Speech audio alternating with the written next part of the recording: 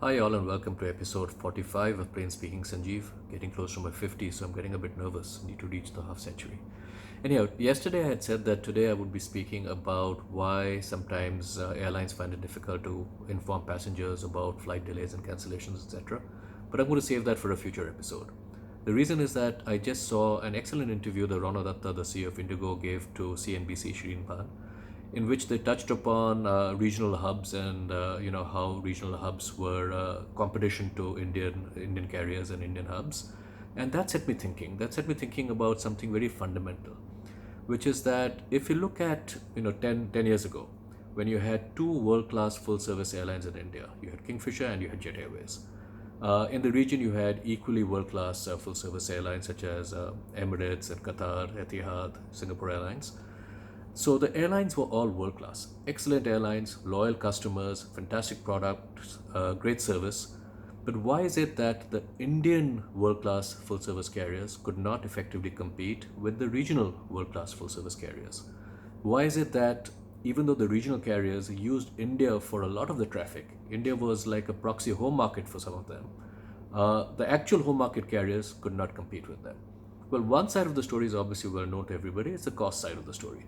That India did not have and still does not have competitive costs in terms of the tax structure, fuel costs, various royalties you have to pay, and various other things. It is very, very cost uncompetitive compared to some of the regional hubs.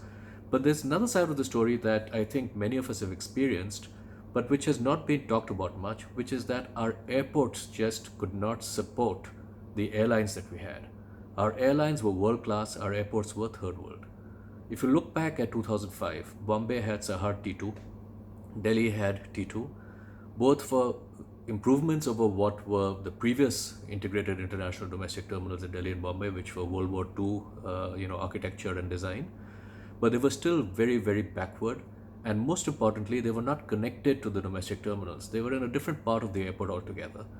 To make a bad situation worse, there was no airside connectivity by which passengers could connect between domestic and international easily. There was no, subway or monorail or even bus connectivity to allow passengers to seamlessly connect between domestic and international. You had to get out of the terminal. If you had through checked your bags, if you happened to be connecting from Jet Airways to Jet Airways, Kingfisher to Kingfisher, your bags would be taken and transferred automatically. But you would have to come out of the airport terminal, domestic or international, wait in line every 20 minutes or half an hour. There would be a bus going on the local city roads, taking half an hour, 40 minutes to make the drive from the domestic to international, vice versa, and then enter the airport again, show your ID, the entire hassle. It was like taking two separate independent flights, and obviously it was very painful.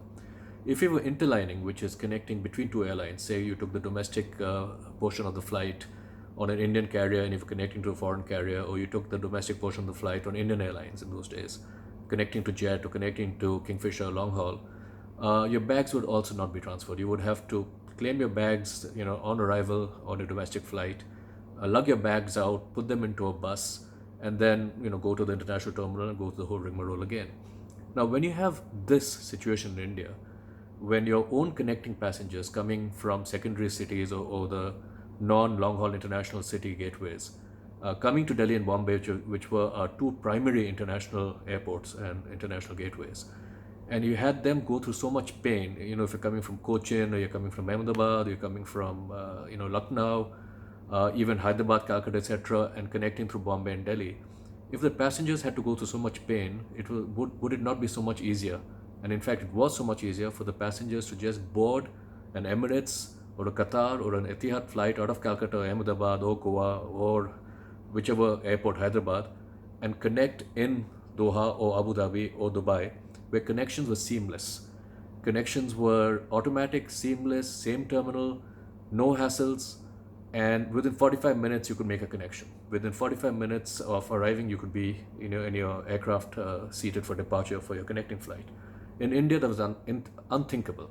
You had to allow at least 3 hours between flights. So these poor airlines, Kingfisher and Jet, had the best airlines, most competitive products possible, but they were let down by airport infrastructure. Even today, pre-COVID, you've got world-class airports now, world-class terminals at Delhi and Bombay. T3 Delhi is lovely, T2 Bombay is fantastic. But many of the Indian carriers still operate the domestic flights out of the domestic terminals, and still today there is no airside connectivity. So even today, if you happen to be arriving on an international flight, say on British Airways, and you bought your ticket on an Indigo domestic leg, you will have to claim your bags and get out to the road and take a taxi or a bus, go to the domestic airport, and the whole rigmarole continues today. So until such a time that India can build true integrated domestic international hubs which can handle transfers between domestic and international in either direction seamlessly, just like you do it in Dubai or in Singapore or any other hub airport in the world, until we can do that, Indian carriers cannot effectively attract customers that compete against the regional hub carriers. And that restriction is not in the control of the airlines. I've often stated that when airports and AI, etc., private players get together and design airports, they should do it in partnership with the airlines. They should talk to the airlines and see what are the pain points that the airlines need to get fixed, and then make sure that all the pieces are in place. There is no point in building fantastic new terminals when you have to take a local rickety bus to connect from that fantastic terminal to the old domestic terminal. We need to make sure that we're also investing in and building proper airside connectivity, whether it is underground, subway, express bus, or whatever, so that you can get from A to B across terminals as quickly as possible, seamlessly, and very importantly, painlessly. So there again, you have a very simple story of how, despite being the home market, feeding so many regional hubs, we are unable to compete for our own traffic, our own domestic to international, international domestic traffic, because it is much easier for Indian passengers from the secondary cities to connect in a Doha or a Singapore or a Dubai than it is to connect in Bombay and Delhi in most cases, even today. So until we fix that, we're going to continue to struggle. So some food for thought. What I'm saying is not rocket science. Any traveler knows this. I think everybody knows this at the airports, at the government, etc. It's not rocket science. It's not a huge revelation. I'm not revealing something that nobody has thought of before. But we've not found a solution. We have not addressed it, and we've not fixed the problem. So we need to fix the problem. Like I keep saying, we can keep making grandiose plans, to become this and that, etc. We have to fix the basics. And if the basic is seamless connections to allow a proper hub to operate, then we need to focus on that and get that fixed. Hope that was interesting. Talk to you again tomorrow. Thanks. Take care.